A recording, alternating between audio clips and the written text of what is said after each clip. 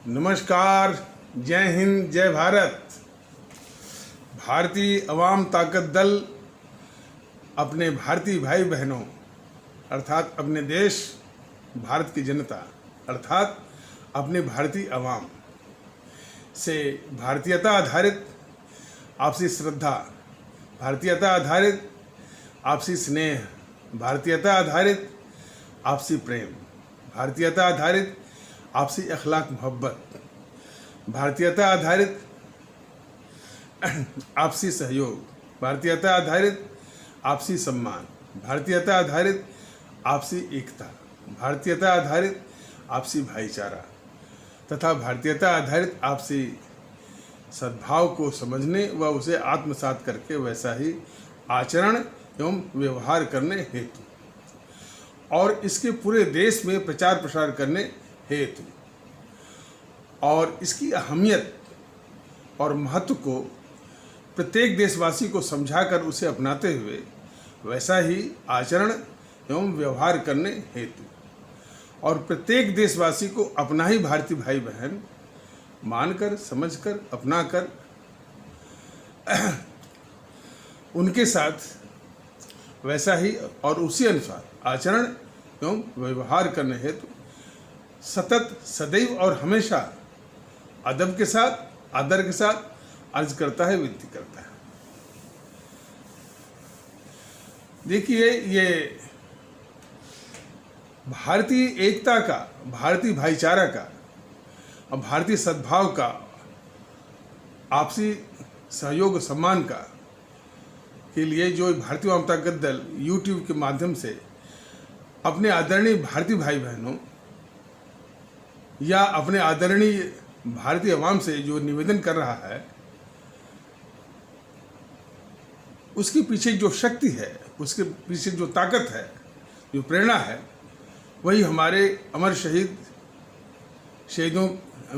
जिन्होंने हमारे मुल्क की आज़ादी की खातिर अपने प्राण सहित सब कुछ इस भारत माता की बल वेदी पर न्यौछावर कर दिया और जिनकी कुर्बानी, शहादत, त्याग, बलिदान की बदौलत हमारे मुल्क को आज़ादी मिली, हमारे देश को आज़ादी मिली, हम सबको आज़ादी मिली। इन कांग्रेसियों की बदौलत नहीं मिली, ये बार बार भारतीय अवाम ताकत दल समझा रहा है। कांग्रेस को अंग्रेज ने ही स्थापित किया था और किस लिए? अंग्रेजी सरकार की रक्षा के लिए। और इसलिए दिखावटी में कुछ भी कहें, लेकिन वो मोटा मोटी लबे लुबाब ये रहा कि ये दम्भ भरते रहे कि हम आज़ादी की लड़ाई लड़ रहे हैं। उस दम्भ के पीछे जो इनकी असली करतूत थी वो अंग्रेजी सरकार की मुखबिरी और अंग्रेजी सरकार के लिए मुखबिरी और उसकी दलाली करते थे। ये तथ्य जो है हमारे प्रत्येक आदरणीय भारतीय भाई बहनों और हमारे आदरणीय भारतीय अवाम को जानना बहुत ज़रूरी है। और जो भी हमको आज़ादी मिली है, इन अमर शहीदों की कुर्बानी, उनके खून के बलिदान से मिला है। और हमारे आज़ाद हिंद फौज INA की जो 60,000 सेना थी, उसमें से 26,000 की जो जाने गई, उनकी भी कुर्बानी, शहादत की बदौलत ये वो उस समय के मैंने 1940 के दशक में वो हमारे रिन में RIN माने इंडियन रॉयल नेवी या नेवी नौसेना में बगावत हुई। हमारी थल सेना आर्मी में भी बगावत होने वाली थी और पूरे देश में इस तरह से। और उस स्थिति को देख करके अंग्रेज यहाँ से वैसे तो द्वितीय विश्व युद्ध के बाद वो टूट चुके थे, लेकिन जब बगावत वाली बात हुई, बगावत किस बदौलत हुई कि हमारे आज़ाद हिंद फौज के 60,000 सैनिकों में से 26,000 जो सैनिक इस देश की आज़ादी के लिए कुर्बान हो गए, उन्होंने जाने दे दी। तो उसकी बदौलत जो है रॉयल इंडियन नेवी रिन में जो अंग्रेज़ों के खिलाफ बगावत हुई और हमारी जो थल सेना आर्मी में भी बगावत होने वाली थी, उसको देख करके अंग्रेज जो है यहाँ से भागने का मन बनाए। तो इन हमारे रणबांकुरों, हमारे अमर शहीदों की कुर्बानी की बदौलत हुआ, इन जो दलाल और मुखबिर कांग्रेस की बदौलत बिल्कुल नहीं। ये तथ्य जो है हमारे प्रत्येक आदरणीय भारतीय भाई बहन, प्रत्येक हमारी आदरणीय भारतीय अवाम को जानना बहुत ही आवश्यक है। अब कोरोना की स्थिति पर थोड़ा सा एक नज़र डाल लेते हैं, फिर मुख्य विषय पर चले जाते हैं। देखिए, कोरोना का विस्फोट कहाँ हो रहा है? एक दिल्ली में और एक मुंबई या महाराष्ट्र में। महाराष्ट्र में सरकार किसकी है? ये जेएनपीसी वालों की है, गांधी नेहरू परिवार चांडाल चौकड़ी वालों की है। उसके साथ वो भी जो शरद पवार की एनसीपी भी है, और उद्धव ठाकरे तो नाम मात्र को मुख्यमंत्री है, चाबी तो असली जो है जेएनपीसी की जो सोनिया के पास ही है। तो जहाँ जेएनपीसी की सरकार है और जो केजरीवाल जो है वो जेएनपीसी का एक अवतार है, तो जेएनपीसी की सरकार हो या उसके अवतार की सरकार हो, वहीं पर कोरोना का विस्फोट का कहर जो है बरपा रहा है अपने देश में। तो इनकी करतूत को देखिए। और दूजे, इस जो गद्दार राहुल है, और ये देश बराबर गद्दार उसको समझे, ये भी बहुत आवश्यक है, क्योंकि ये हमेशा आतंकवादियों के साथ देता रहा है। भारत तेरे टुकड़े होंगे, भारत की बर्बादी तक जंग जारी रहेगी, ऐसे नारे लगाने वालों के साथ देता रहा है राहुल। और नवजोत सिद्धू को भेजा था पाकिस्तान में, जो पाकिस्तानी सेना के अध्यक्ष बाजवा को गले लगाने के लिए।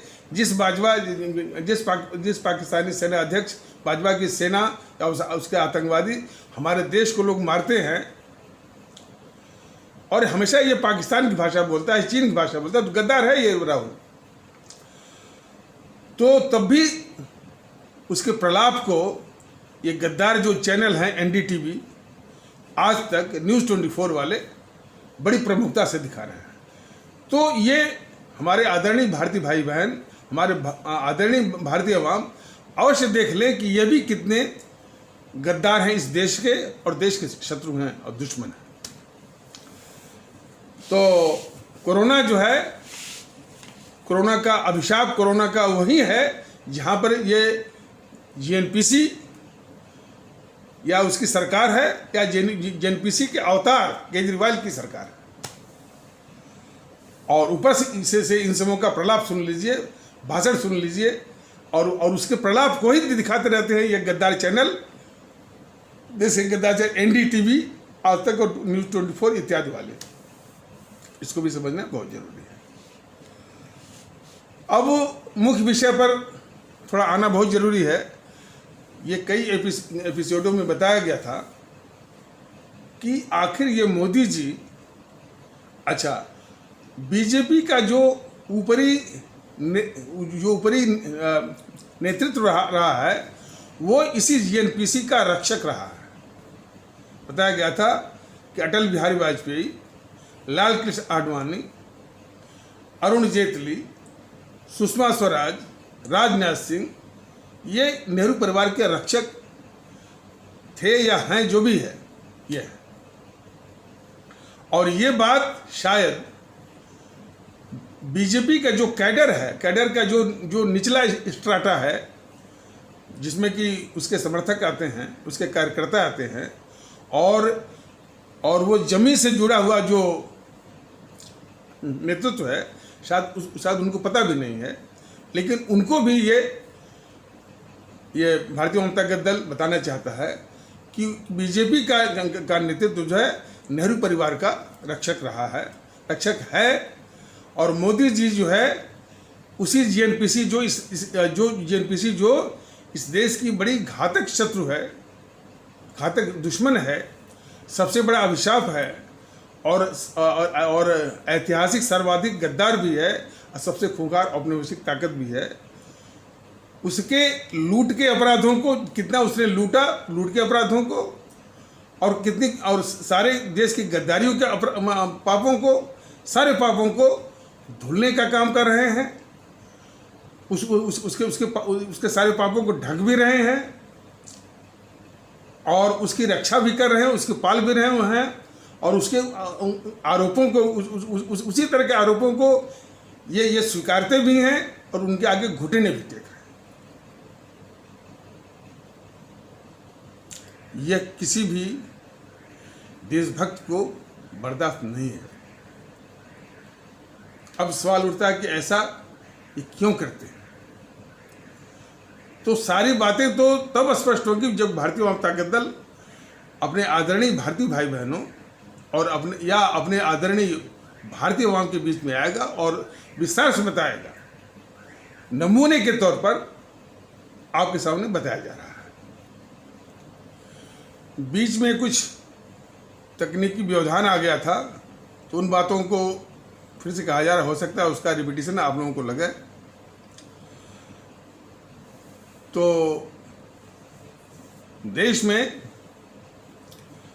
और देशवासियों को कोई लगता होगा कि ये आरएसएस और जीएनपीसी, गांधी नेहरू परिवार, चांडा चौकड़ी जिसे आप लोग कांग्रेस कहते हैं, ये एक दूसरे के शत्रु और दुश्मन है। ऐसा इस तरह से जो इन सबों का जो अपरेंटली जो व्यवहार है और जो पोजिशनिंग है, वह देश का सबसे बड़ा धोखा है। वास्तविकता यह है कि इन दोनों का आपसी गठजोड़ है और उसी गठजोड़ का नतीजा यह है कि आरएसएस जो है वो इस जीएनपीसी के, कौन जीएनपीसी, जो इस देश की बहुत खतरनाक शत्रु है, इस देश की शत्रु दुश्मन है और शातिर अपराधियों का एक गिरोह है, शातिर और धूर्त अपराधियों का गिरोह है और सर्वाधिक ऐतिहासिक गद्दार भी है और खुखार औपनिवेशिक ताकत भी है। उसको बचाने का काम ये आरएसएस करती है।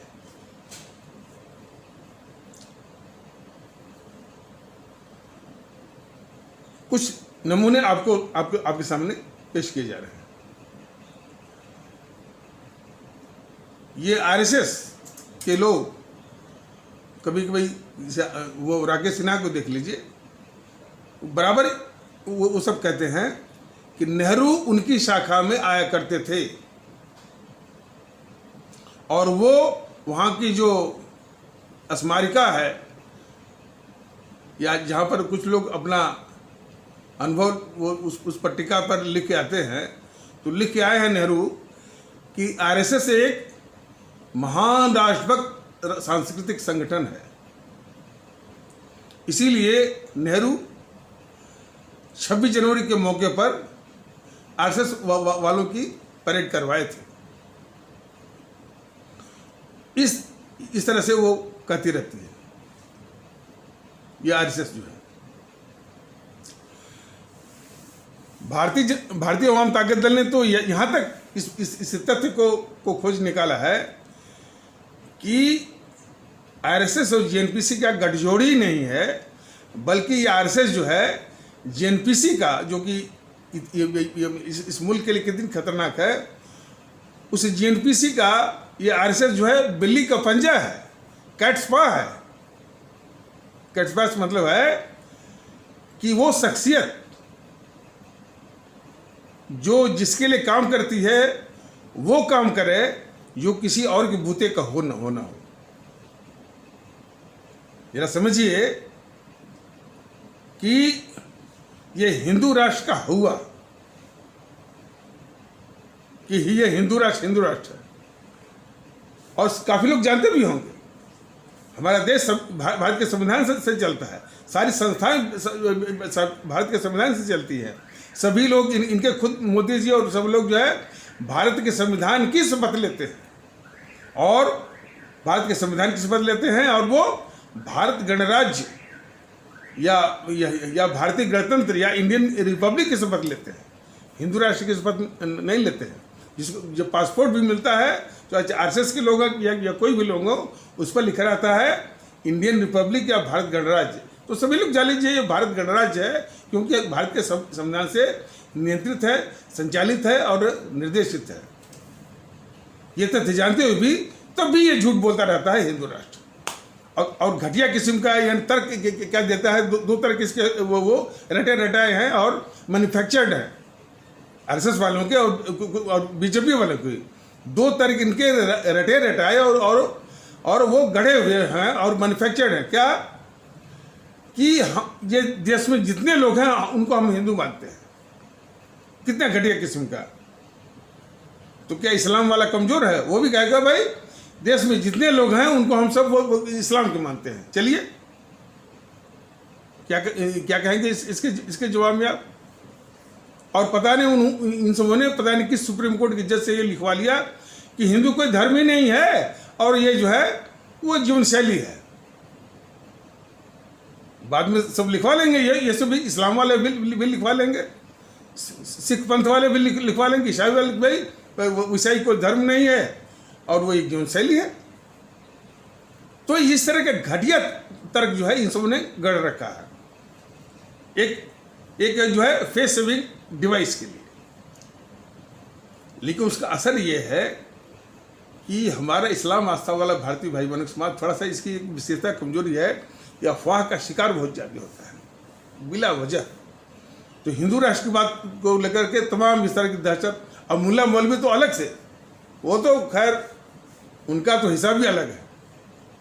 वो अरे भाई हिंदू राष्ट्र वो बोला है, हिंदू राष्ट्र हो गया, फलाने हो जाएगा फलाने, बस ये जीएनपीसी पहुंच जाती है कि हाँ ये आरएसएस और बीजेपी वाले हिंदू राष्ट्र बना देंगे, लेकिन हम नहीं बनने देंगे। आप हमारी झोली में आओ, हमको वोट करो, हमारा वोट बैंक बनो, और हम जो है वो लाख आरएसएस बीजेपी के, लेकिन हम इसको हिंदू राष्ट्र नहीं बनने देंगे। और जबकि ये दोनों मिथ्या है। तो इस प्रकार जो है हमारे इस्लाम आस्था वाले भाई बहनों के इतना बड़ा समाज, जो कि 1/5 के आसपास है, 1/5 या 20%, वो एक मुश्त जो है इसको वोट करता रहा, इस खतरनाक जीएनपीसी को। और ये आरएसएस इसी झूठ बोलने के कारण जो है वो जो है इसी झूठ बोलने के कारण हमारे इस्लाम आस्था वाले भारतीय भाई बहनों को इस इतनी देश की अभिशाप जीएनपीसी का वोट बैंक बनने के लिए मजबूर किया इसने, और इसको सत्ता पर इसी साजिश के तहत उसको बिठवाया 60-70 सालों तक। ये देखिए कुछ हाल के भी नमूने जरा सुनिए। 5 साल तक ये अमित शाह, मोदी और उनकी ब्रिगेड कहती रही कांग्रेस मुक्त भारत, कांग्रेस मुक्त भारत, कांग्रेस मुक्त भारत। लेकिन अभी 1 साल पहले इस आरएसएस ने उस बीजेपी की और मोदी की, अमित शाह की और उनके ब्रिगेड की कांग्रेस मुक्त भारत की मुहिम की हवा निकाल दी, जब उसने कहा कि कांग्रेस मुक्त भारत ऐसी कोई चीज ही नहीं है। कांग्रेस भी एक महत्वपूर्ण और बहुत उपयोगी संगठन है, राजनीति इसका भी आज़ादी की लड़ाई में बड़ा महत्वपूर्ण हाथ था। लो तो किस तरह से मौके बेमौके ये जो है जीएनपीसी की बड़े शातिरनान ढंग से उसकी रक्षा करती रहती है। बिहार का चुनाव था, फिर आ गया है। इसी बीजेपी को कैसे हराया पता है? आरक्षण का एक मुद्दा, कुछ करना धरना है नहीं आरएसएस को कि क्या आरएसएस वो आरक्षण को खत्म कर दे, कम कर दे, कुछ नहीं। कुछ उल्टा पुल्टा उस पर वक्तव्य दे दिया, उसी को जो है लालू जो है भुना लिया बीजेपी के खिलाफ। बीजेपी लौट गई, धराशायी हो गई। तो अपने ही बीजेपी को हरा करके और बीजेपी के खिलाफ और इस जीएनपीसी को की रक्षा करती रहती है।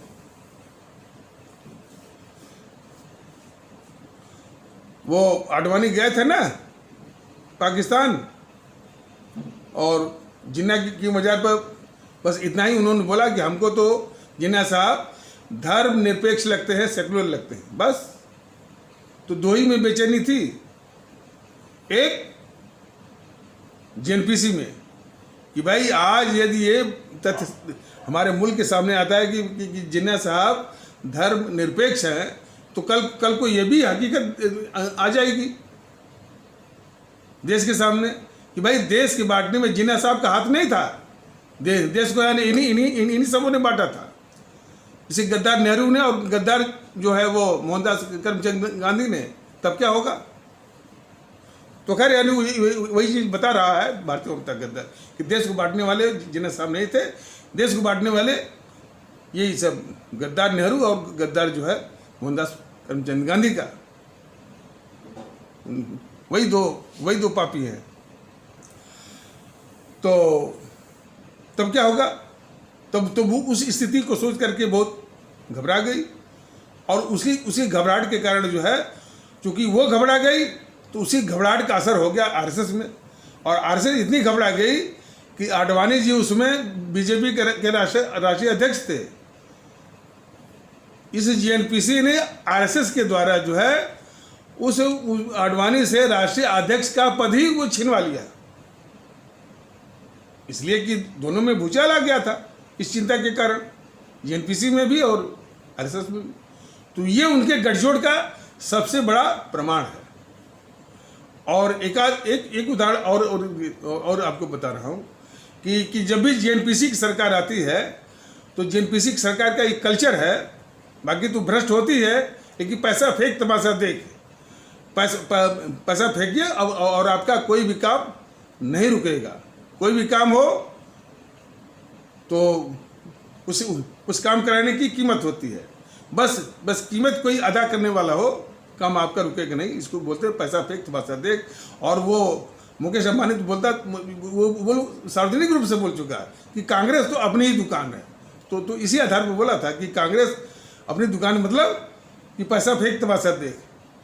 तो जिस जेएनपीसी के शासन में पैसा फेंक तमाशा देख वाली संस्कृति है, प्रचलन है, उसकी आदत है, वहाँ पर आरएसएस का काम सबसे पहले सबसे तेजी और वो भी बगैर पैसे के होता है। ये तथ्य जरा कोई भी संजीद आदरणीय भारतीय भाई बहन या आदरणीय भारतीय आवाम पता कर सकता है कि आरएसएस का काम इसे जेएनपीसी के शासन व्यवस्था में बगैर पैसे का सबसे पहले होता है। और एक तथ्य और आपके सामने रखा जा रहा है कि मैं जब रेलवे में था तो हमारे एक साथी थे, वो बोलते थे कि हम आरएसएस की शाखा में जाते हैं। तो जब हमको ये पता चला कि भाई ये आरएसएस से जुड़े हुए हैं, तो हमने उनसे अपनी जिज्ञासा को शांत करने के लिए एक सवाल पूछा कि भाई आप ही का एक राजनीतिक बच्चा जो है वो बीजेपी है, तो एक स्वाभाविक सा विचार है कि भाई चूंकि आप ही का बच्चा है तो जितने आरएसएस वाले, आरएसएस का पूरा कैडर जो है बीजेपी को वही वोट करता होगा। ये मैंने ये एक सामान्य विचार है। तो ये विचार जो है पक्का है, सही है कि नहीं सही है, इसी को करने के लिए वो पूछते थे भाई कि क्या सभी आरएसएस के लोग बीजेपी अपने राजनीतिक बच्चे बीजेपी को वोट करते हैं या नहीं करते हैं। तो वो इस बात को टालता रहा कि भाई वोट तो अपना एक व्यक्तिगत चीज़ है, ये किसी को बताना नहीं है और हम लोग भी नहीं बताते हैं, हमारा कैडर तो बहुत मना करता है, ये है वो है करके बहुत वो टाला टूली किया। और चूँकि रेलवे में थे तो आना जाना कभी कभी साथ में होता था, तो और बातों के अलावा ये सवाल वो मैं जरूर रहता था कि किस बातों जरा इसको बताइए। 4-6 महीने बीत गए, करीब 6 महीने बीत गए, और एक दिन मैं बिल्कुल डंडा लेके बैठ गया कि सरवातियों जी आज आपको बताना ही पड़ेगा कि ये हमारी इस आशंका को दूर कर दीजिए कि आरएसएस के लोग जो है अपने राजनीतिक बच्चे बीजेपी को ही वोट करते हैं। यदि आप बोलते हैं कि हाँ तो बस वो मेरी आशंका दूर हो जाएगी भाई कि नहीं ऐसा नहीं है कि आरएसएस के लोग बीजेपी को वोट नहीं करते हैं। आरएसएस के लोग बीजेपी को वोट करते हैं, ये मेरे मन में भी बैठ जाएगा। लेकिन आपको पुख्ता करना होगा। तो वो उस आरएसएस का जो वो था आदमी, ऐसी बात बोला कि हमारे आदरणीय भारतीय भाई बहनों का नॉर्मली माने सामान्यतया या आदरणीय भारतीय अवाम के लोगों का माने आश्चर्य से मुंह खुल जाएगा। उसने ये कहा कि हम ही नहीं, हमारा पूरा आरएसएस कैडर सिर्फ उगते हुए सूरज को सलाम करता है। या फिर सुन लीजिए, उसने ये कहा हम ही नहीं, हमारा पूरा आरएसएस का कैडर जो है सिर्फ उगते हुए सूरज को सलाम करता है। तो पिछले 60-65 सालों से उगता हुआ सूरज कौन है, ये पूरा देश जानता है। तो ये आरएसएस वाले इस जेएनपीसी को ही वोट करते थे और शोषण करते थे अपने राजनीतिक बच्चे, इसको बीजेपी का शोषण करते थे जेएनपीसी के लिए। ये तो अपवाद के रूप में मोदी जी पता नहीं वो कैसे आ गए।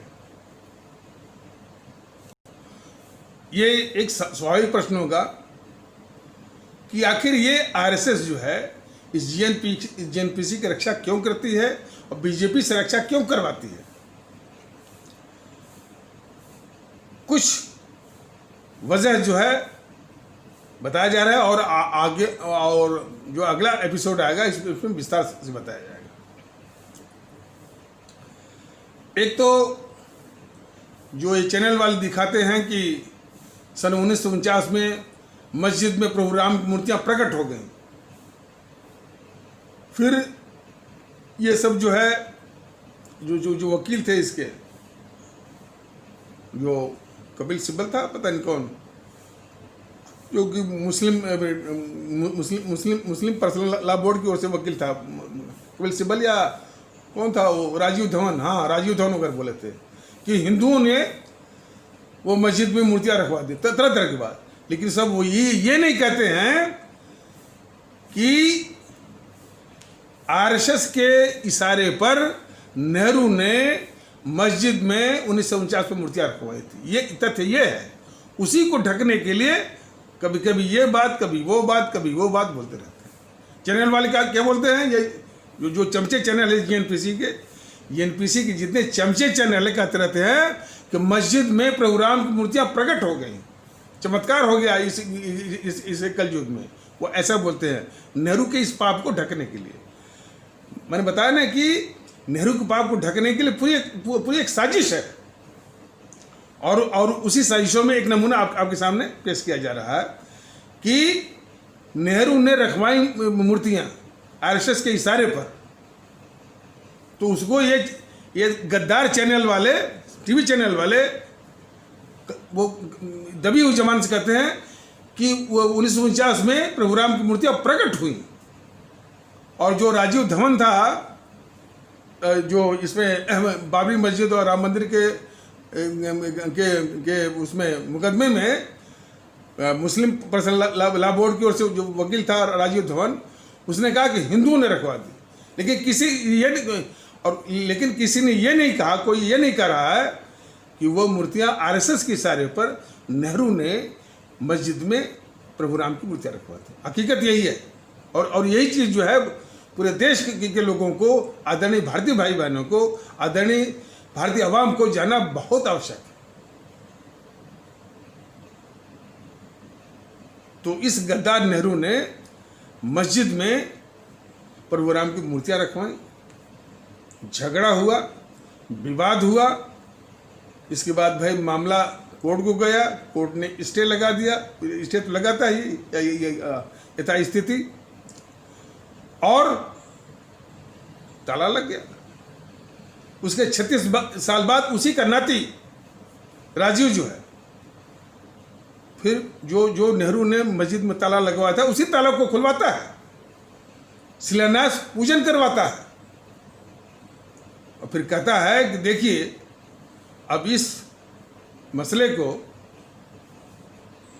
हम यहाँ तक हमारे नाना और हम लोग खींच के लाए हैं। अब ये आपके हवाले है। आरएसएस को बोलता, जेएनपीसी वाले ने बोला कि हमने मूर्तियां रखवा दी, ताला, मतलब हमारे नाना ने मूर्तियां रखवा दी, ताला लगवा दिया और हमने ताला खुलवा दिया, हमने जो है वो शिलान्यास पूजन करवा दिया। अब ये मामला आपके हवाले, मतलब आरएसएस के हवाले। और फिर आरएसएस की ब्रिगेड ने वो ढांचा ही तोड़ दिया। तो इस एहसान के तले भी बहुत दबी हुई है ये जीएनपीसी, नहीं हाँ, ये दबी हुई है आरएसएस, माने इस जीएनपीसी के इस एहसान के तले बहुत दबी हुई है आरएसएस। और भी बहुत कारण है। तो इन्हीं आवश्यक शब्दों के साथ इस आवश्यक परिचर्चा को यहीं पर विराम दिया जाता है। तब तक के लिए नमस्कार, जय हिंद, जय भारत।